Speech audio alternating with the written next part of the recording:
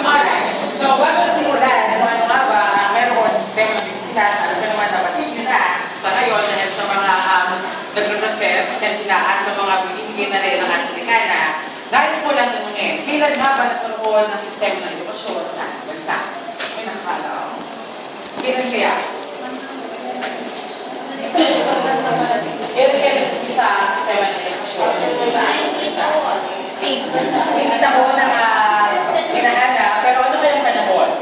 Tapos bago tayo dumating pa, bago naman iwanan sila, meron na ba tayong edukasyon? Meron na. Kasi yung patunay ang ating Alibata, ang ating may bahay, meron na. Pero nagkaroon naman ng produkto nung dumating ang mga kasila. Kaya lang, ganyan malaman ng mga kasila sapagkat ilan lamang nakikipag-aral ng kanilang panahon. So, mga nahulugan, mas kung lang nagkakaroon ng edukasyon dahil sa mga Amerikano. Natatatad pa ba ang mga Tomasay sa kauna-una ang turo ng mga Pilipino? Diba? Sa kanila, dahil sa kanila, sa labas, ang mga pampublikong maaralan. Pero kailan talaga hulupog ng buo ang ating edukasyon? Siyempre, pati yung mga Amerikano, ang ginagamit ng wika ay Ingles. Pero ang mula lang na ulit bumubog, yung pinaka-mundasyon ng ating edukasyon, nung binamit na ang wikang vernacular, gamit sa batas nila 577 noong 1930 to 1931 ng Public Instruction. Okay? At nagsimula talaga yan dahil na rin sa ating kauna-unang Pangulo ng Commonwealth na si Manuel.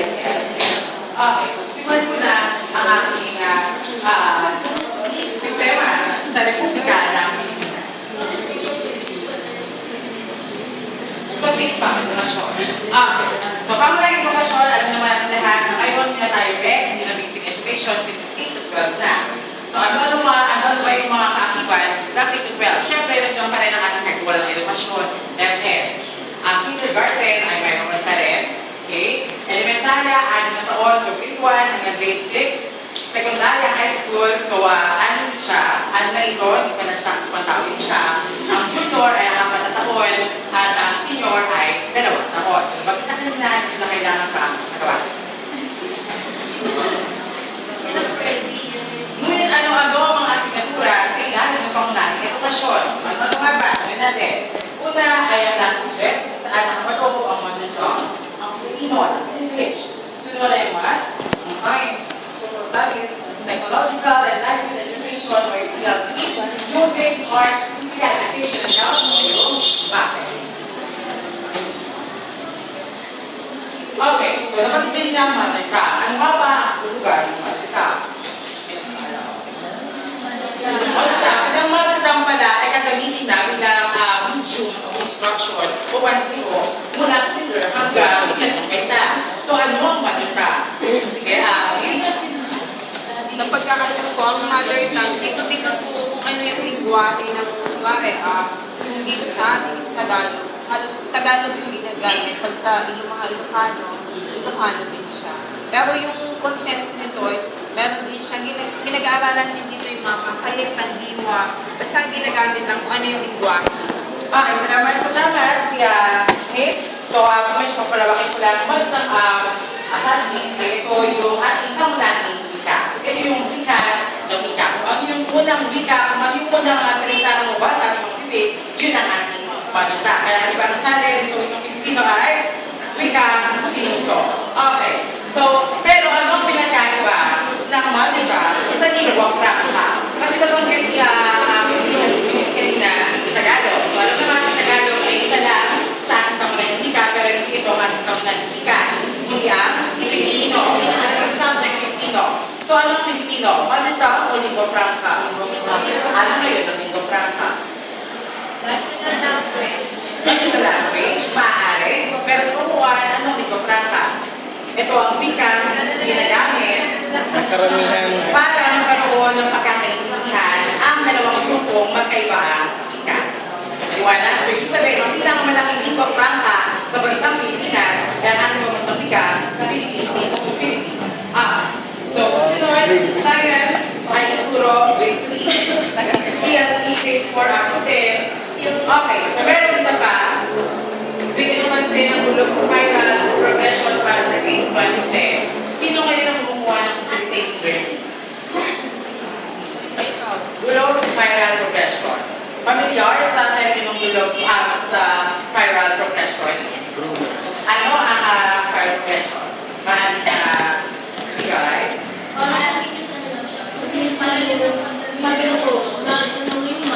I-enhance lang siya hanggang sa Okay, so tama si Miss. So, ang spiral ay mula kay lunar, tama? Ang ibig sabihin lang yan, di ba spiral? So, ikot-ikot lang. So, ibig sabihin mula grade 1, halimbawa man, okay? Ituro yung man.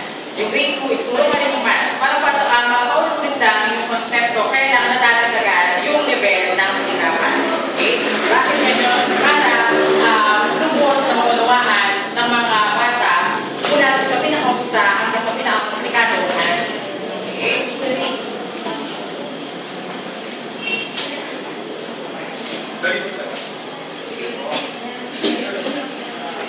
Just to go back sa local, because it seems to be na you're very expert in the language, Filipino language. I just would like to ask, in the point of view of languages or linguistics, what's the difference between Filipino and Tagalog? Sa dalawan, madali lang yan. Ang Pilipino, mga classmates, ay ang ating pangutahimpikan. Ibig sabihin, ang Pilipino ay nabuo dahil kagsama-sama natin ang ating mga walong pangunahimika. Ang Tagalog ay kabilang sa ating pangunahimika. Kaya lang natin napapabaliktad ang dalawa sapagkat ang kauna-unang ating naging ng pambansa ay Tagalog. Sapagkat yun ang gamitin sa Luzon na kung saan yun ang bando ng sentro ng ating kalahatan.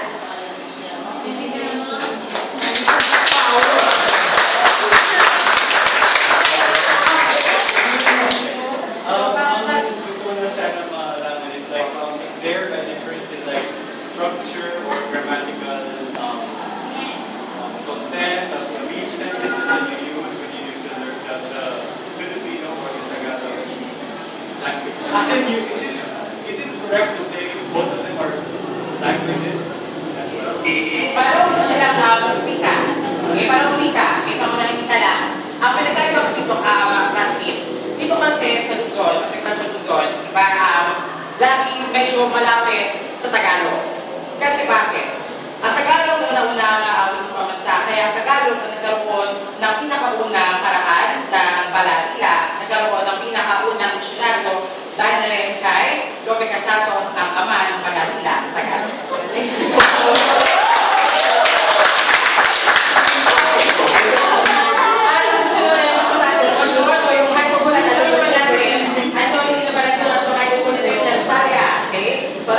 Tersyarya, ang pangunahing kagiban ay ang kondisyon sa mas mataas na edukasyon. Okay? So, yun yung issue ko, FTC. Okay? So, may gusto na po liwanatin Alejandra. Okay? Yun po, after yung high school, pwede na may trabaho. Okay? At alam naman po, pati natin lahat, na ilan sa mga asignatura na dati sa kolehiyo ay tinanggal na. Sabi na yung aking pinakamahal na asignatura. Pero tagal ko naman kasi maliwanag sa akin kung bakit. Kaya kung tanong ko po, yung iba po ba minor subject ay wala na rin? Marami na wala ang minor subjects. Actually, ang pinakamarami ngayon sa grade, ilan na mga social sciences subject. Pero pwede mayroon doon mga siguro tatlo na asignatura na pwede mong ituro sa Pilipino. Pero kaya hindi totally na tinanggal ang talaga yung nandun, kaya hindi na siya yung sa Pumina. Papirma naman ako. Which is general education ng Papirma na ba yun? So, wala ng Pilipino. Pero lahat ng subject, lahat ng general subject sa college ay pwedeng ituro sa Pilipino at sa English. Depende sa institusyon. For example, ang MBC, gusto niya lahat ng subject ng Gen Ed sa college ay ituro sa Pilipino. So, ituturo rin sa Pilipino. Gusto naman yung madami English, English yung wala naman doon. Salamat po sa kanyugan. Sa mga pulugan, pwede ko na magtulong sa correction. Yes, meron pa rin kayong trabaho. Yung nga lang wala na yung radio or radio, wala na. Lalo na sa pinakamarami sa grade 12. Grade 11, social sciences, mga research. Kapag yan kayo mga research sa subjects. Grade 12. Kaya, yun ang hindi ko pwede ko sa Pilipino. Pero pwede sa research kasi meron pa ng